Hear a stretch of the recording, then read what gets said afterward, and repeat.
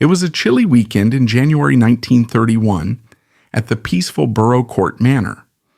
Outside, a thin layer of frost covered the English countryside, but inside, by the warmth of the fireplace, the air was cozy and filled with laughter. Thelma Furness, the hostess of the party, smiled with satisfaction. She was at the pinnacle of everything, beautiful, wealthy, and most importantly, she held the heart of Prince Edward. In that moment, she made a courteous gesture she would later wish she could erase, introducing her American friend, Wallis Simpson, to the prince. Little did Thelma know that seemingly innocent introduction was the start of her downfall. Trusting her friend, she had unknowingly opened the door to her own replacement. That single moment of kindness would become her fateful sentence, turning Thelma from an insider into a name in the margins of the love story of the century. To understand Thelma, one must first understand the world that forged her. She was not a product of the stuffy, ancient aristocracy of Britain, with its roots buried deep in the soil of inherited land and centuries-old titles. She was a creation of something newer, more dynamic, and infinitely more precarious, the American Gilded Age and its European echo, the Belle Époque. Thelma and her identical twin sister Gloria were born on August 23, 1904, in Lucerne, Switzerland, into a life that was, from its very first breath, an international performance. They were the daughters of Harry Hayes Morgan, an American diplomat whose position lent the family an air of importance that his bank account could never quite support. Their mother, Laura Kilpatrick Morgan, was a woman of formidable ambition, the daughter of a decorated Union Army general, Hugh Judson Kilpatrick, a man known as Kill Cavalry for his daring but often reckless battlefield tactics. From her father, Laura inherited a belief in prestige and public standing. From the world around her, she absorbed the unshakable conviction that for a woman, true power was secured not through personal achievement, but through a brilliant marriage. This conviction became the central guiding principle of the Morgan household. Harry Morgan's diplomatic career was a passport to the highest circles of society, but offered little in the way of lasting wealth. The family was rootless, drifting from consulate to consulate, a tableau of American glamour set against the backdrop of old-world capitals. The twins spent their early years in a whirlwind of motion, from Brussels to Berlin to Buenos Aires. Their childhood was a collection of steamship tickets and rented houses.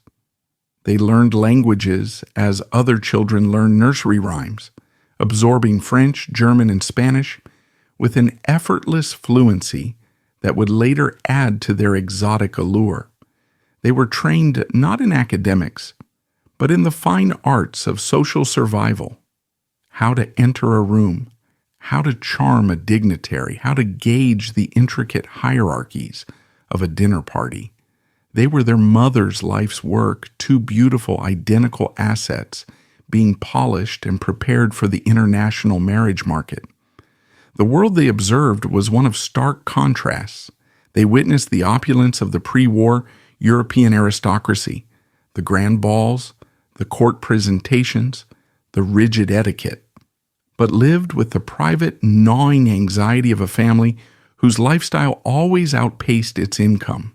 Harry Morgan was a man of immense charm, well-liked and well-connected, but he was a diplomat, not a tycoon. He possessed social capital, not financial capital. Laura, keenly aware of this distinction, ran their household on a tightrope of carefully managed appearances. The dresses had to be perfect, the social engagements meticulously planned, the illusion of effortless wealth maintained at all costs. For Thelma and Gloria, this upbringing instilled a complex and contradictory worldview. They were sophisticated and worldly, yet fundamentally insecure. They were at home everywhere and belonged nowhere. They understood that their charm, their beauty, and their famous name were a form of currency, but it was a currency that had to be spent wisely and quickly, traded for the solid gold of a wealthy husband's fortune. Their gilded childhood was built on the fragile foundation of their parents' unhappy marriage. While Harry Morgan played the part of the distinguished diplomat abroad, his relationship with Laura was strained and distant. This emotional void only intensified Laura's focus on her daughters. They became her confidants, her allies, and the vessels for all her thwarted ambitions. She saw in their identical striking faces a second chance for herself, a way to secure the status and security that had always eluded her. The lesson was unspoken but crystal clear. Love was a luxury, but a good marriage was a necessity. It was a cold, pragmatic education that would define the rest of their lives. In the society columns of New York, London, and Paris, they were beginning to be known as the Magnificent Morgans, a nickname that captured their glamour but belied the desperate strategy behind it. They were not just daughters. They were their family's single greatest investment, and the time to cash in was fast approaching. The cataclysm of the First World War shattered the old European order they had known. The world of their childhood, of emperors and grand dukes and unshakable certainties, vanished in a storm of steel and fire. In its place rose a new, frenetic, and intoxicating era, the Jazz Age. For a generation scarred by war, it was a time of rebellion, of living for the moment. The rigid social codes of the Victorian and Edwardian eras crumbled, replaced by a thirst for modernity, for speed, for pleasure. The hemlines rose, the music grew louder, and a new kind of woman emerged, the flapper, independent and daring. This new world offered women like Thelma and Gloria a kind of freedom their mother could never have imagined. Yet it was a freedom with strict limitations. A woman could smoke in public, drive a car, and dance until dawn, but her ultimate value and security were still overwhelmingly derived from the man she was with. It was in this exhilarating, fast-paced world that Thelma learned her first hard lesson in love and survival. Her mother, seeing her daughters blossoming into womanhood, knew there was no time to waste. At the tender age of 17, in 1922, Thelma was married off to James Vale Converse, a wealthy older man from a prominent family. On paper, it was a perfect match, a textbook execution of Laura Morgan's grand plan. Converse was rich, socially established, and could provide Thelma with the financial security the Morgans so desperately craved. But the reality of the marriage was a brutal awakening. The union was a disaster. Converse was reportedly abusive and controlling, a stark and terrifying contrast to the charming men of her father's diplomatic world. The dream of security turned into a nightmare of isolation and fear. The marriage was over almost as soon as it began, ending in a quiet divorce that was carefully managed to avoid a public scandal.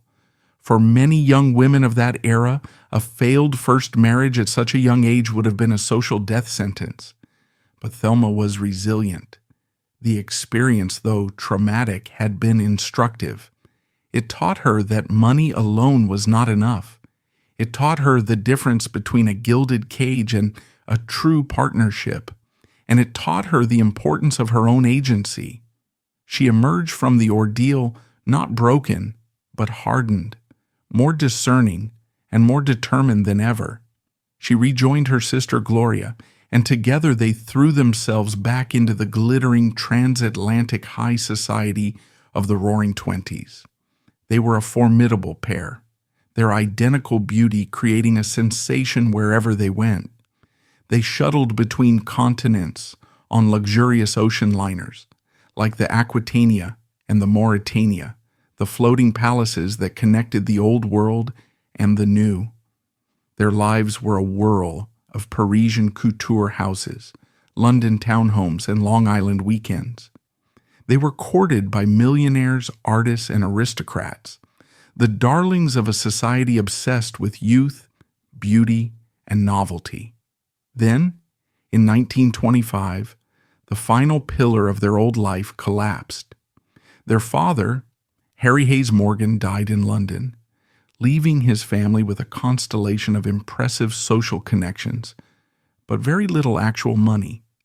The illusion they had so carefully maintained was now impossible to sustain. The pressure on Thelma and Gloria became immense. It was no longer a game. It was a matter of survival. Gloria made her move first, marrying Reginald Vanderbilt, an heir to one of America's greatest fortunes. It was a spectacular match that catapulted the Morgans into the stratosphere of American society. Now all eyes were on Thelma. She had to secure her own future, and this time, the stakes were even higher. Her chance came in 1926, in the form of a man who represented everything she had been taught to value. He was Marmaduke Furness, the first Viscount Furness, known to everyone as Duke. He was not a languid, blue-blooded aristocrat who had inherited his title through a long line of ancestors.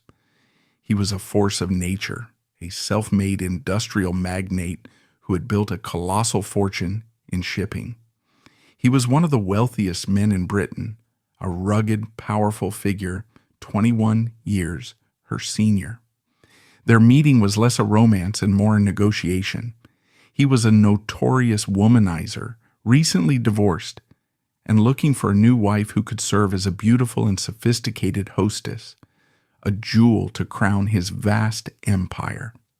Thelma, the glamorous American beauty with an international polish, was the perfect candidate.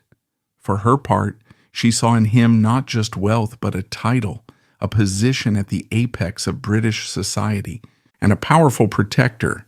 Their marriage transformed Thelma Morgan Converse into Thelma, Viscountess Furness.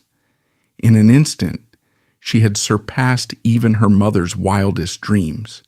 She was now a peeress of the realm, the chatelaine of great houses, including the magnificent country estate of Borough Court in the heart of Leicestershire's hunting country, and a grand London mansion in the exclusive enclave of Mayfair. She had a staff of servants, a vault of jewels, and an endless clothing allowance. Soon after, she gave birth to a son and heir, William Anthony Tony Furness, securing the succession. On the surface, her life was a fairy tale. She had achieved the pinnacle of social and financial security, but the reality of her new life was far more complex. The marriage was, in the sophisticated parlance of their circle, an arrangement. Lord Furness had not married Thelma for fidelity, and he did not expect it from her.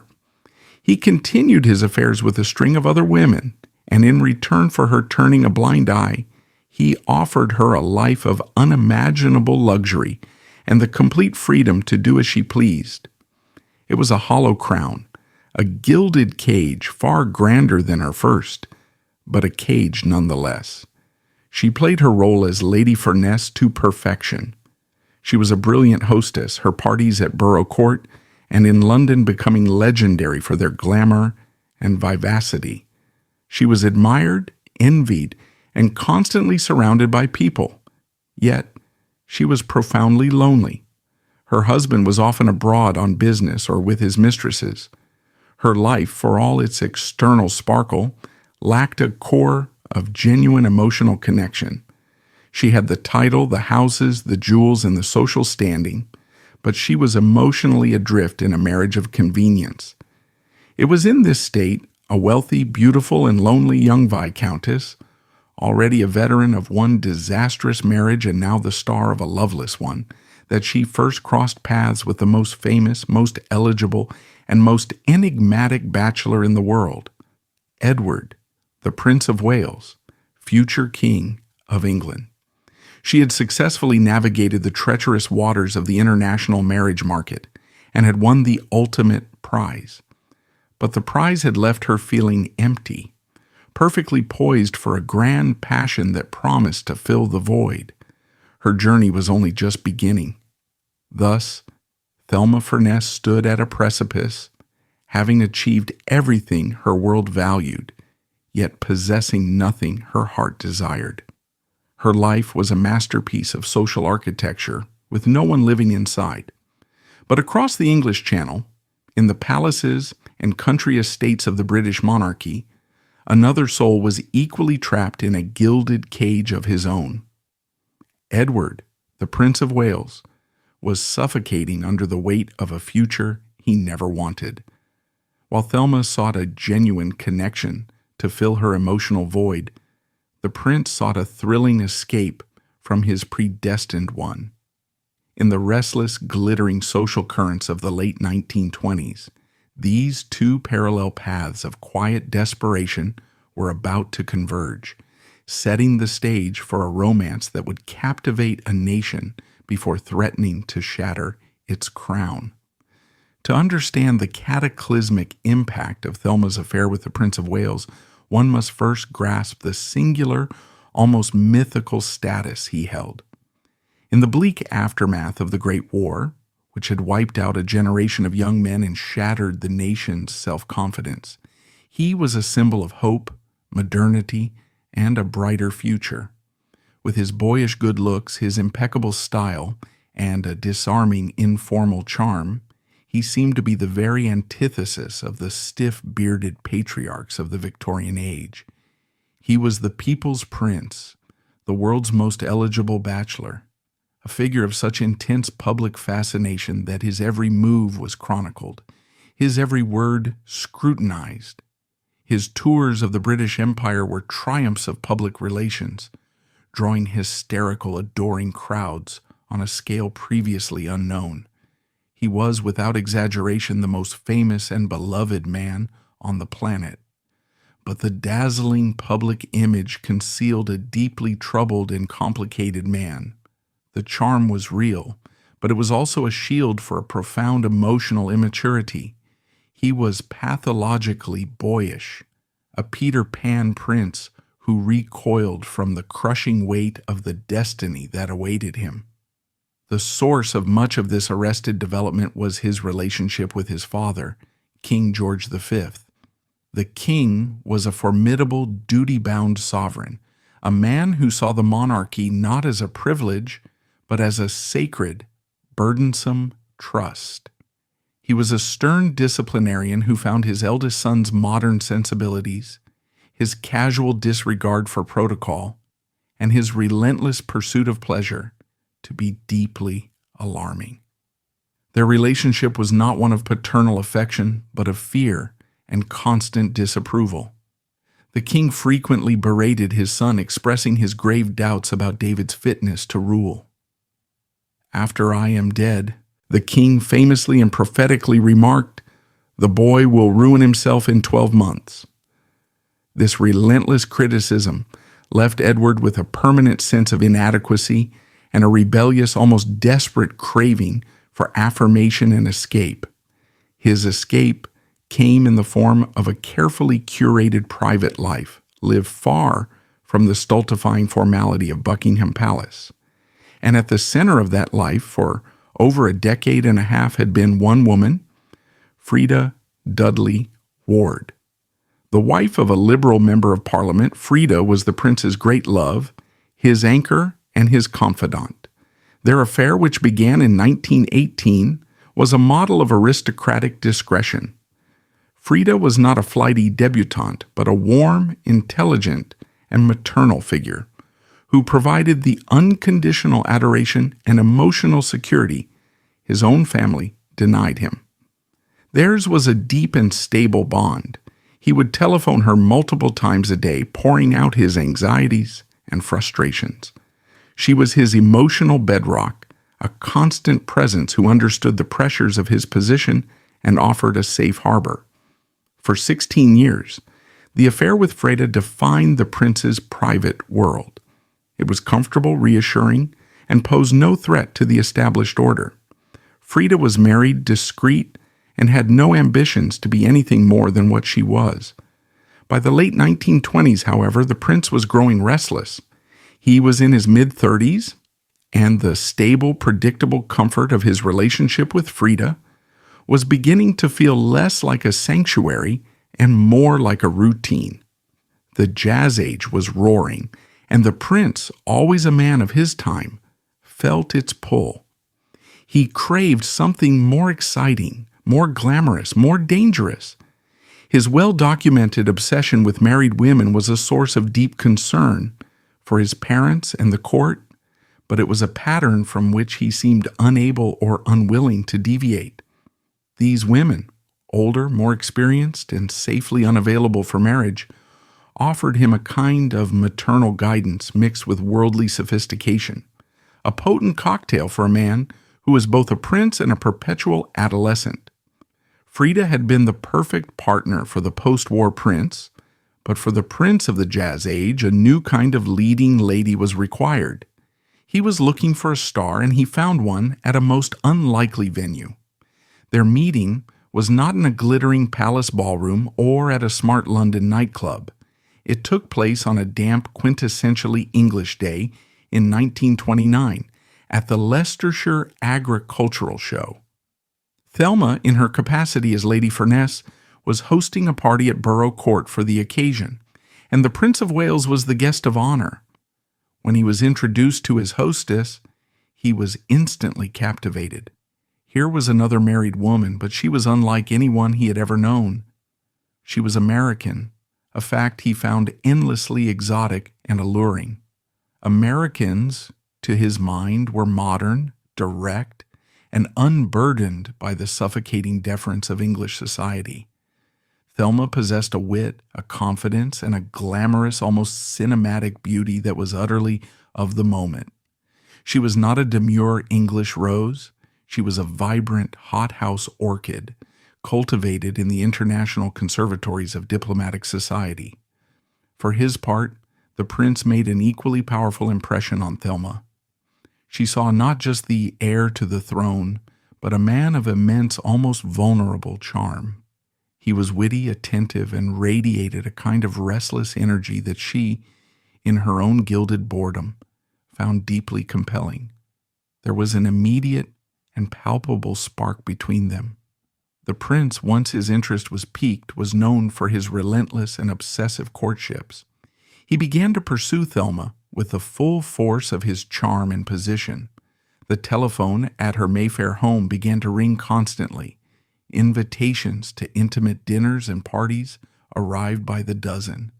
He sought her out at every social occasion, his focus so intense that it was clear to everyone in their circle that a seismic shift was occurring in the prince's affections. Crucially, this budding romance met with no resistance from Thelma's husband. Lord Furness, a worldly man entirely consumed by his own business affairs and extramarital dalliances, seemed not only indifferent but actively encouraging. He understood the immense social cachet of having his wife become the companion of the Prince of Wales.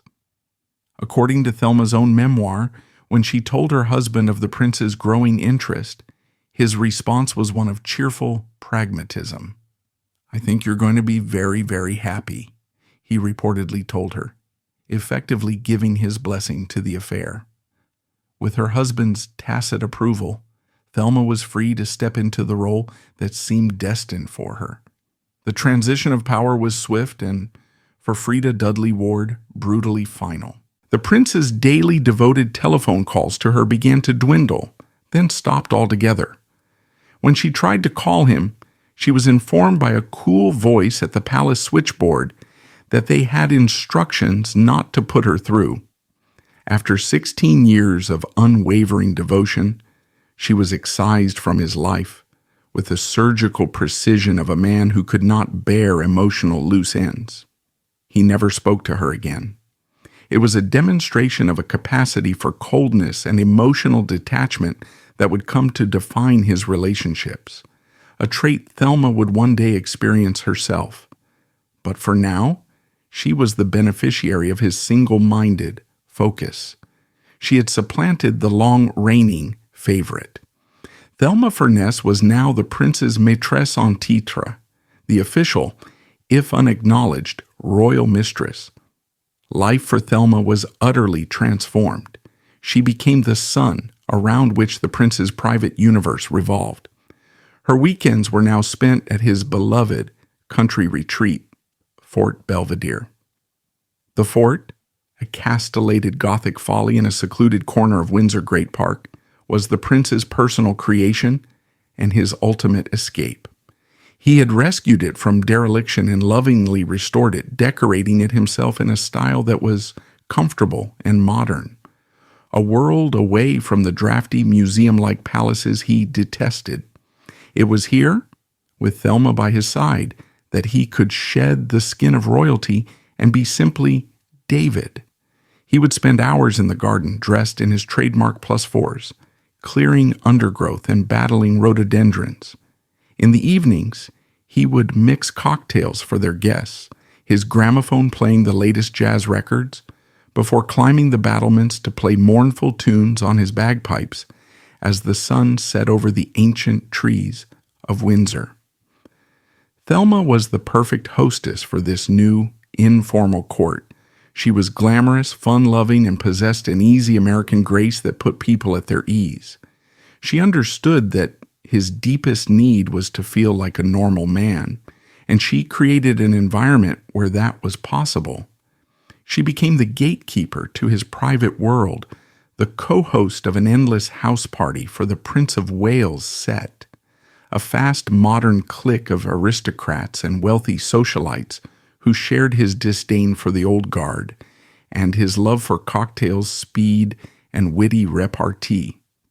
Doors that had been closed to the prince's circle were now thrown open to Thelma, and doors that had once welcomed her, as Lady Furness now welcomed her, with the heightened deference due to the prince's consort. Their relationship deepened into what seemed, by all accounts, to be a genuine and passionate love affair. He nicknamed her Toodles. She was not just a weekend companion. She became his trusted confidant and travel partner. The affair was conducted with such openness that she accompanied him on an extensive tour of South America. More significantly, in 1930, he took her on a hunting safari to East Africa. It was the adventure of a lifetime, a sun-drenched idyll captured in photographs and home movies that show a couple deeply at ease and deliriously happy. There they are, standing side by side in safari gear, smiling under the vast African sky, a world away from the strictures and judgments of the British court. For Thelma, it was the zenith of her life. It was a wonderful golden time, she wrote in her memoir, Double Exposure. We were so happy. Her own country home, Borough Court, became another of the prince's favorite weekend haunts. Its stables and hunting grounds a perfect backdrop for their glamorous sporting life. She was fully integrated into his world, her position seemingly unshakable. She was the woman who had captured the heart of a future king. It was from this pinnacle of confidence and security on a cold weekend in January 1931 that Thelma made the decision that would, with the quiet devastation of a ticking clock, ultimately seal her fate. Secure in her lover's affections and benevolent in her power, she decided to play matchmaker for a friend. The friend was another American woman, one who moved on the fringes of their glittering circle, a woman named Wallis Simpson. At the time, Wallis was married to her second husband, Ernest Simpson, a quiet, intelligent Anglo-American shipping executive. The Simpsons were not particularly wealthy or well-connected, and Wallis, with her sharp wit and even sharper ambition, was desperate to penetrate the upper echelons of London society. Thelma, who knew Wallis through mutual American friends, felt a pang of sympathy for her compatriot. Wallis was an amusing and brilliant hostess in her own small way, but she was struggling to make her mark. In an act of casual, friendly patronage, Thelma thought it would be kind to include the Simpsons in her glamorous world. And so, she invited them to Borough Court for a weekend house party where the Prince of Wales would be the guest of honor. The first meeting between the future king and the woman who would cost him his throne was, by all accounts, utterly unremarkable. The prince was suffering from a bad cold and was in a foul temper. Wallis, attempting a joke about the lack of central heating in English country houses, a common American complaint, failed to land her punchline. The prince was not amused. He barely registered her presence. The earth did not move. There was no hint of the obsessive, world-altering passion that was to come. For Thelma, the introduction was a minor social courtesy, a box ticked. She had done a good deed for a friend, contented, in love, and at the absolute center of the only world that mattered. She gave the other American woman no further thought. The fuse had been lit, but for now the flame was invisible. That seemingly inconsequential weekend at Borough Court marked the high water mark of Thelma's golden age. Secure in a love that felt unshakable and a position that seemed invincible, she viewed her act of social kindness towards Wallis Simpson as nothing more than that. She could not see the flicker of intense, calculating ambition behind her friend's eyes, nor could she perceive the prince's nascent fascination with a personality so different from her own. Believing she was merely sharing the warmth of her world, she was, in fact, allowing a rival to study the map of a kingdom she had come to believe was hers by right of love. Thelma was standing in the brilliant, blinding sun of her own happiness, completely unaware that a long and devastating shadow was beginning to fall. Following that first unremarkable meeting at Borough Court, Wallis Simpson did not fade into the background. She was a woman propelled by a relentless, all-consuming ambition, and she recognized the Prince of Wales's circle for what it was, the ultimate social Everest. Possessing a formidable strategic intelligence, she knew a direct assault was impossible. Instead, she began a patient and brilliant campaign of infiltration. With her quiet, steady husband Ernest in tow, she cultivated her friendship with Thelma, becoming a regular and welcome presence at the weekend parties at Fort Belvedere. Thelma, secure and unsuspecting, was happy to have her witty, wisecracking friend there. Wallis was an amusing addition to the party, a social asset who could be relied upon to liven up a dinner. What Thelma failed to perceive was the unique and potent nature of Wallis's appeal to the prince. Thelma's power lay in her beauty, her glamour, and her ability to provide a luxurious romantic escape. She adored the prince, treating him with the reverence due to his position, mixed with the intimacy of a lover. Wallis offered something entirely different, something the prince had never encountered and found himself unable to resist, a seductive form of dominance. She was not a classic beauty in the way Thelma was. She was angular, impeccably stylish, and possessed a sharp, almost masculine intelligence. Her power was in her personality. Where others flattered, Wallis challenged. She engaged the prince with a direct, unimpressed, and distinctly American brand of wit, often teasing him in a way no one else dared. She would correct his sartorial choices, mock his opinions, and treat him not as a future sovereign, but as a slightly wayward man who needed a firm hand. This dynamic was intoxicating for Edward. He had spent his entire life caught between the sycophantic deference of courtiers and the terrifying, humorless dominance of his father. Wallis miraculously combined the thrill of being commanded with the allure of being adored. She offered him a form of maternal scolding wrapped in the packaging of a sophisticated, worldly woman.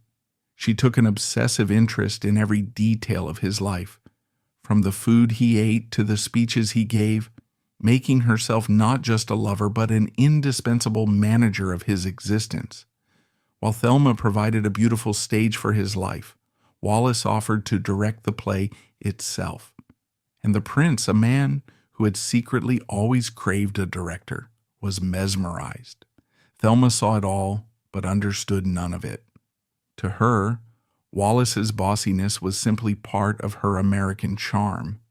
It never occurred to her that the prince's fascination was anything more than a passing amusement.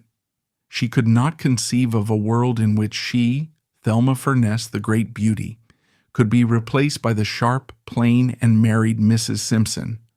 Her confidence had become a blindfold.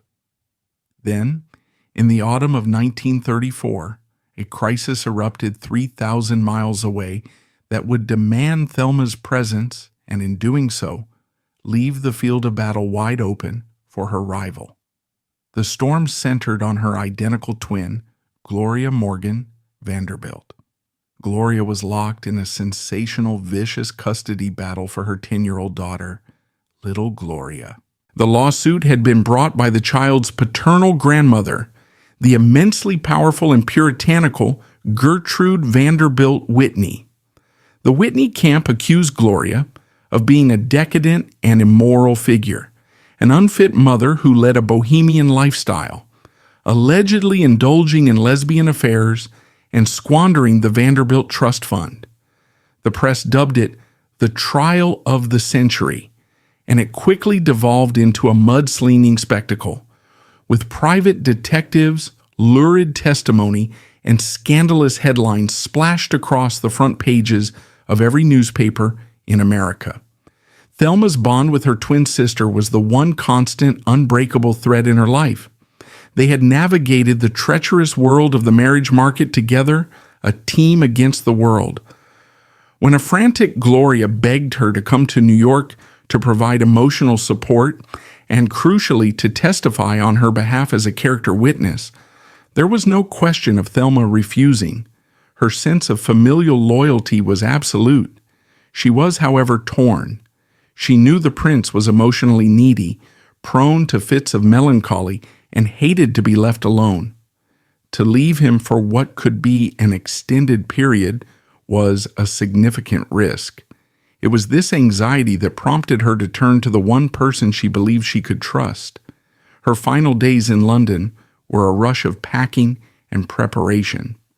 Before she sailed for New York, she had a now infamous conversation with Wallis Simpson.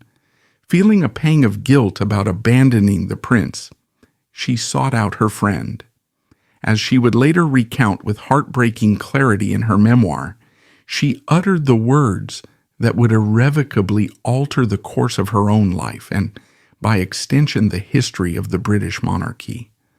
"Oh, Wallis, the little man is going to be so lonely," she said, using the court's affectionate nickname for the prince. "Do look after him for me while I'm away. See that he doesn't get into any mischief." Wallis smiled her thin, enigmatic smile and promised she would. It was a casual, seemingly innocent remark between friends, born of a deep and tragically misplaced confidence. Thelma believed she was deputizing a trusted lieutenant. In reality, she had just handed the keys of the kingdom to a pretender to the throne. She had not just invited the fox into the henhouse, she had asked it to guard the door. Thelma's trip to New York was a descent into a public relations hell. The trial was a brutal, humiliating ordeal. When she took the witness stand, she was subjected to a savage cross-examination by the Vanderbilt lawyers, who sought to portray both Morgan sisters as frivolous, amoral socialites, unfit to be in the same room as a child. Her glamorous life in England, her title, and her association with the Prince of Wales were all used against her, twisted into evidence of a decadent and irresponsible character. Day after day, she endured the mortification of having her private life dissected and distorted in the press. And while she was fighting for her family's honor in a New York courtroom, thousands of miles away in the quiet seclusion of Windsor Great Park, Wallis Simpson was making her move. She did exactly as Thelma had asked. She looked after the prince. She looked after him with a singular focus and a brilliant strategic devotion that made herself utterly indispensable. She was a constant presence at Fort Belvedere, no longer just a weekend guest, but the de facto hostess. She supervised the menus, rearranged the furniture, charmed his friends, and soothed his moods. She enveloped him in a cocoon of perfectly managed care, fulfilling his deepest psychological needs for a dominant maternal figure who also offered the thrill of an illicit affair. The prince, lonely and vulnerable without Thelma's softer, more romantic presence, fell completely and irrevocably under Wallis's spell. The affair, which had been simmering beneath the surface for months, ignited into an all-consuming obsession. He had found his director, and he surrendered his will to her completely. In New York, preoccupied with the daily trauma of the trial, Thelma began to sense a chilling change. The prince's weekly transatlantic phone calls became less frequent, their tone cooler and more stilted. The warm, intimate letters dwindled, replaced by brief, formal notes. A cold dread began to creep into her heart, a sense of unease she tried to push away, blaming it on the distance and the stress of her situation. Something was terribly wrong. The custody trial finally ended in a crushing defeat. Gloria lost primary custody of her daughter. Heartbroken, exhausted, and now deeply alarmed by the growing silence from England, Thelma booked her passage on the first available ship, desperate to return to the man she loved and the life she felt slipping through her fingers. The journey back across the Atlantic must have been an agony of suspense. She sent a telegram to the prince, informing him of her arrival time and the boat train she would be on, fully expecting that he would be waiting for her on the platform at Paddington Station, as he always was. But when the train hissed to a stop, the platform was a sea of anonymous faces. He wasn't there. There was no note, no message from his chauffeur, nothing. Just a void, a chilling silence that spoke volumes. A friend, seeing her distress, quietly drove her to her Mayfair home. She walked through the familiar front door, her heart pounding with a mixture of hope and terror. And there, she was met with a scene of such audacious betrayal that it must have seemed surreal. Wallis Simpson was in her drawing room. She was sitting at Thelma's desk, casually sorting through a pile of Thelma's personal mail as if she owned the place. And around her neck and on her wrist she wore a magnificent new suite of jewels, gems so important that Thelma knew with a sickening certainty that they could only have come from one person. Thelma knew then that it was over, but the final brutal execution was yet to come. The prince eventually agreed to see her, a meeting she had to request. He came to her house and the atmosphere was excruciatingly cold and formal. There was no embrace, no term of endearment, no flicker of the love that had defined their lives for 5 years. He made stilted small talk about her trip, refusing to meet her eyes. Finally, unable to bear the pretense any longer, Thelma confronted him, asking what was wrong. His reply was a masterpiece of casual cruelty, a verbal guillotine that severed her from his life in a single, clean stroke. "I'm afraid, Thelma," he told her, looking at a point just past her shoulder, "that I am no longer in love with you." In her memoir, she described the moment with a raw, understated pain. The words fell like cubes of ice into the cocktails we were holding. Just like that, her 5-year reign was over. The aftermath was as swift as it was absolute. She was not just heartbroken, she was erased. Thelma was instantly and completely ostracized from the prince's circle. The friends who had once vied for invitations to her parties now looked straight through her at social events. Invitations dried up. Doors that had once been open were now firmly and silently shut. In the tight, unforgiving world of London society, she had become a social ghost, a walking, breathing reminder of a past life the prince had now expunged to make way for Wallis. She had been betrayed not only by her lover, but by the woman she had considered her closest friend.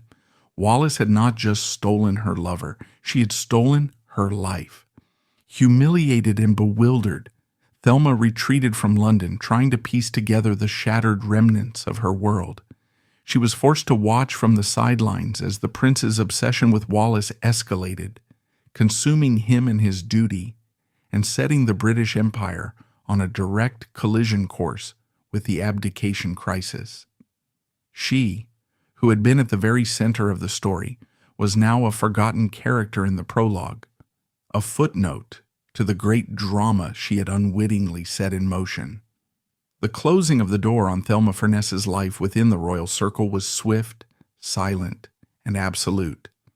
The betrayal was complete, her exile a stark reality. But while her personal story had reached its tragic conclusion, the public drama she had set in motion was only just beginning its thunderous crescendo. The forces she had unwittingly unleashed, the prince's obsessive devotion and Wallis's unyielding ambition, were now operating on a world stage, no longer contained within the private confines of Fort Belvedere. Cast out into a social wilderness, Thelma was now just another spectator to the looming constitutional crisis, a ghost forced to watch as the private heartbreak she had endured transformed into a public spectacle that would redefine the British monarchy for the next century. The year 1936 began with a death knell. In January, King George V died, and Thelma's little man, her David, was now King Edward VIII. For Thelma, the news must have been a complex and agonizing blow.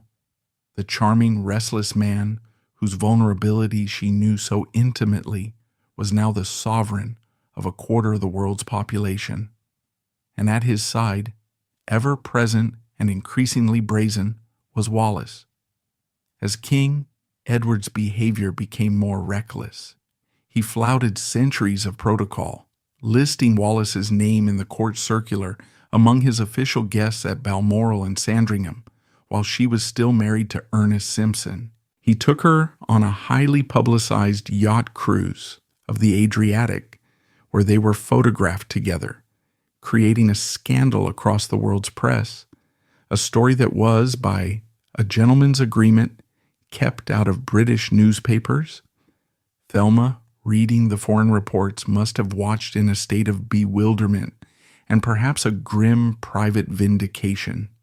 She knew his capacity for obsessive infatuation, but even she could not have predicted this level of self-destructive recklessness. As the year progressed, the crisis deepened. The British establishment, led by Prime Minister Stanley Baldwin, made it clear that the country would never accept a twice-divorced woman as their queen. The king was given an ultimatum: Wallis or the throne. For Thelma, listening to the rumors swirling through London, it must have been surreal. The choice he had to make on a global stage was a magnified echo of the choice he had made in her drawing room 2 years prior. On December 10th, 1936, the crisis reached its climax. King Edward VIII, after a reign of just 326 days, signed the instrument of abdication. The following evening, he addressed the nation and the world by radio, his voice filled with a strange, almost theatrical emotion. He was giving up the throne, he explained, because he found it impossible to carry the heavy burden of responsibility and to discharge my duties as king as I would wish to do without the help and support of the woman I love. In that moment, Thelma Furness became a ghost in the machine of history. Her role was erased, her 5-year love affair a mere footnote to the grand tragic romance of Edward and Wallis. During the height of the crisis, a reporter had managed to track her down, hoping for a sensational quote from the spurned Mistress. Her reply became a legendary model of dignity and discretion. "I have nothing to say," she said calmly, The Duchess of Windsor is a wonderful woman. The words were perfectly chosen, a masterpiece of ambiguity. Was it an expression of genuine magnanimity, an act of icy, biting sarcasm? Or was it simply the last word of a proud woman determined to maintain her dignity, refusing to be cast as the weeping, vengeful victim in a drama that was no longer her own? Whatever the motive, it was a performance of supreme grace under unimaginable pressure. With the Duke and Duchess of Windsor exiled to a life of itinerant celebrity in France, Thelma had to begin the arduous task of rebuilding her own.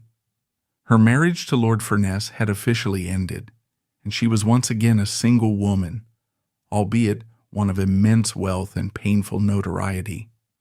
For a time, it seemed she might find happiness again. She entered into a passionate, long-term relationship with Prince Ali Khan, the handsome, impossibly wealthy son and heir of the Aga Khan III. Ali Khan was a legendary playboy and sportsman, a figure who moved through the world with the same international glamour as Thelma. Their affair was a whirlwind of racetracks, grand hotels, and Parisian society. It was a relationship between equals, two worldly survivors of the high-stakes games of love and society.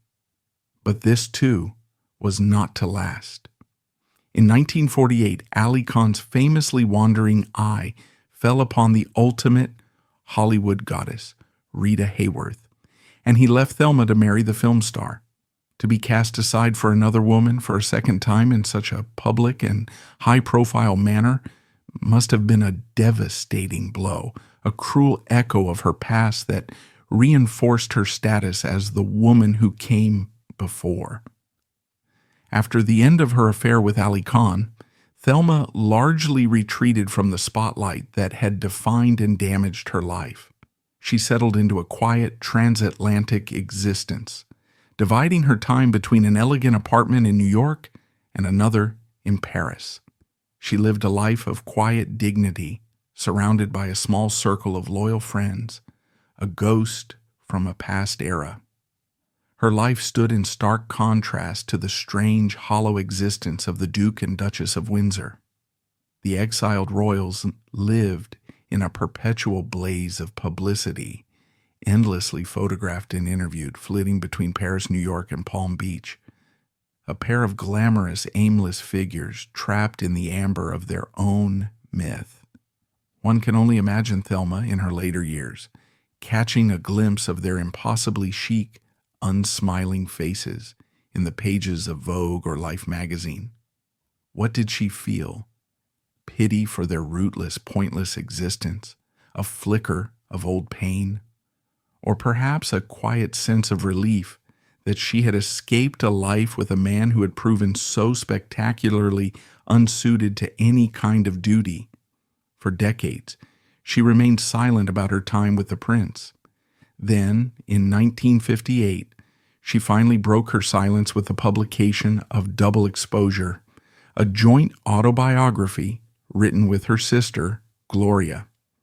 The book was not the sensational, score-settling tell-all the world might have expected. It was a work of remarkable restraint and discretion, written in a voice that was nostalgic and surprisingly lacking in bitterness. She told her side of the story, recounting the golden days with her prince and the brutal shock of his betrayal, but she did so with a sense of resigned sadness rather than vengeful anger. It was her attempt to reclaim her own narrative, to gently correct a historical record that had cast her as a mere placeholder.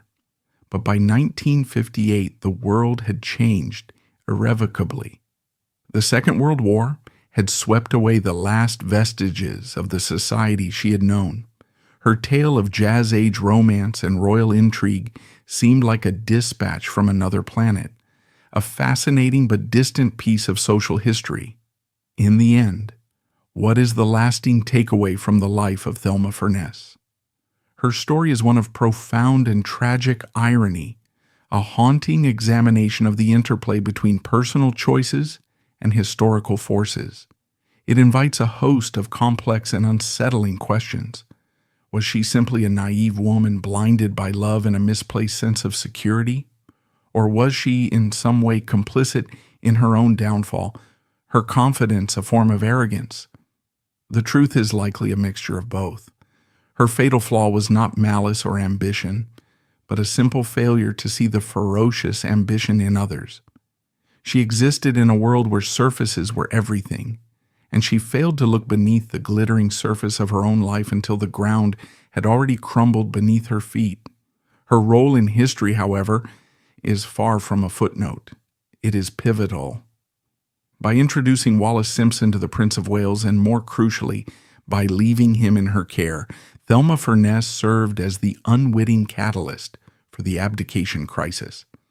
Without that weekend party at Borough Court, without that fateful trip to America, it is entirely possible that Edward would have remained in his comfortable, socially acceptable relationship with Thelma.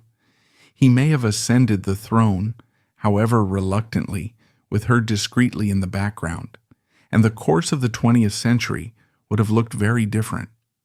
His shy, stammering brother Bertie would never have been forced onto the throne as King George VI, the reluctant wartime leader who became a symbol of British resilience.